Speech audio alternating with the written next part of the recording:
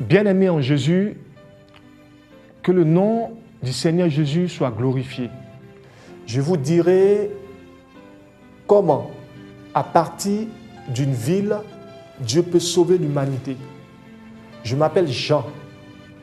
Dieu a permis, par sa grâce, que je vous parle de ce message. Soyez bénis. La nouvelle Jérusalem. Actes des apôtres, au 2e livre, au verset 17. La Bible nous dit que dans les derniers temps, Dieu répandra de son esprit sur toute chair, que vos fils et vos filles prophétiseront. Donc il est question de prophétie parce que Dieu m'a chargé afin que je vous annonce ce message, cette prophétie. La Bible nous dit dans 1 Jean 4, il ne faut pas croire à toute parole inspirée, mais il faut les éprouver pour voir si elles viennent de Dieu. Donc, il est question de prophétie, mais ne pas rejeter les Écritures, mais éprouver l'esprit pour voir si cela vient de Dieu. Dans Amos 3, au verset 7, Dieu nous dit encore que Dieu ne fait rien sans que ses prophètes ne sachent. Dans Matthieu 24, au verset 37, Dieu dit que ce qui arriva au temps de Noé arrivera au temps de la fin. Nous voyons que dans le temps de Noé, Dieu avise Noé. Donc, il avise Noé. Noé est le premier prophète, l'un des premiers prophètes de la Bible. Donc, dans les derniers temps, Dieu envoyera aussi des prophètes. Parce que Dieu ne fait rien sans que ses enfants ne sachent. Au Matthieu 24, au verset 15, Dieu nous dit, lorsque vous verrez ces choses dont a parlé le prophète Daniel se tenir dans le lieu saint, et que le lecteur donnera son discernement, dans d'autres versions il est écrit, et que le lecteur fasse attention. Donc le lecteur, c'est singulier, un lecteur. Dieu envoyera une personne, comme Noé dans les derniers temps, vous parler de ce qui doit arriver. Il y a une seule personne qui pourra vous dire, parce que le lecteur, Dieu a déjà avisé le monde qu'il y aura un lecteur, comme au temps de Noé. Alors, Apocalypse 14, au verset 1, il est écrit que je regardais l'agneau se tenir sur une montagne. C'est-à-dire l'agneau se tient à une montagne. Et sur cette montagne, Dieu va se glorifier, Dieu va libérer l'humanité. Mais où est cette montagne, bien-aimés?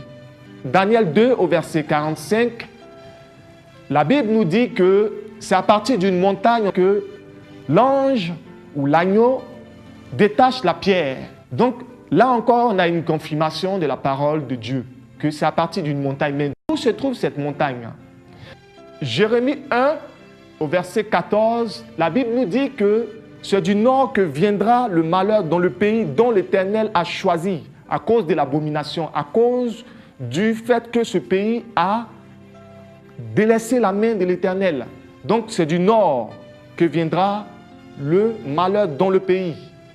Apocalypse 11 au verset 2, la Bible nous dit que « Et on donnera aux nations, et elles fouleront la ville sainte pendant 42 mois. » C'est-à-dire cette ville-là sera foulée aux pieds pendant 42 mois, à cause encore du péché. Amos 3 au verset 7. Dieu ne fait rien sans que ses prophètes ne sachent. Où se trouve cette nation? Et comment la reconnaître? Comment reconnaître cette nation?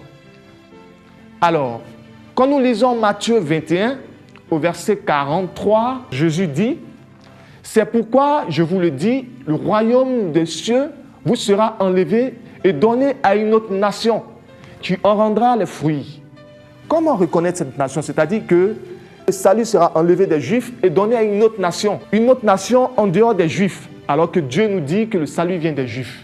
Comment reconnaître cette autre nation à qui Dieu va donner la grâce? Comment reconnaître cette nation? Il faut savoir que ce verset de Matthieu 21 au verset 43 nous donne beaucoup de polémiques. Les gens le disent sur plusieurs plans, le Vatican est cette nation. Pour les musulmans, c'est la Mecque, sinon l'Arabie Saoudite qui est cette nation. Mais 1 Corinthiens 14 au verset 8 nous dit, s'il y a plusieurs trompettes, sinon il y a plusieurs sons, nous sommes dans ce cas-là confus, alors que les enfants de Dieu ne sont point confus. Dans Galates 1 au verset 7, la Bible nous dit que Ce n'est pas qu'il y a plusieurs évangiles, mais il y a une seule évangile. Et certains se hissent parmi nous afin de donner la confusion au peuple de Dieu. C'est pour cela qu'il est très important, bien-aimés, de savoir et de comprendre la voix de l'Éternel, éprouver l'esprit et de savoir le message de l'Éternel. Bien-aimés, où se trouve cette nation? Dieu m'a choisi, Dieu m'a oint afin de vous montrer cette nation. Car ce message, il est l'un des derniers messages de ce monde. Si tu aimes Jésus, s'il y a longtemps tu as prié Jésus, si dans ton esprit, dans ta chair, il n'y a que Jésus, mon frère, il faut que tu prennes part à ce message afin que ton cœur, afin que tes pensées soient dans l'amour, tes pensées soient dans la joie, afin que vraiment tu saches que Jésus est l'unique et le seul sauveur. Bien-aimé, écoute ce message, car ce message est pour toi. Sois béni dans le nom de Jésus. Amen.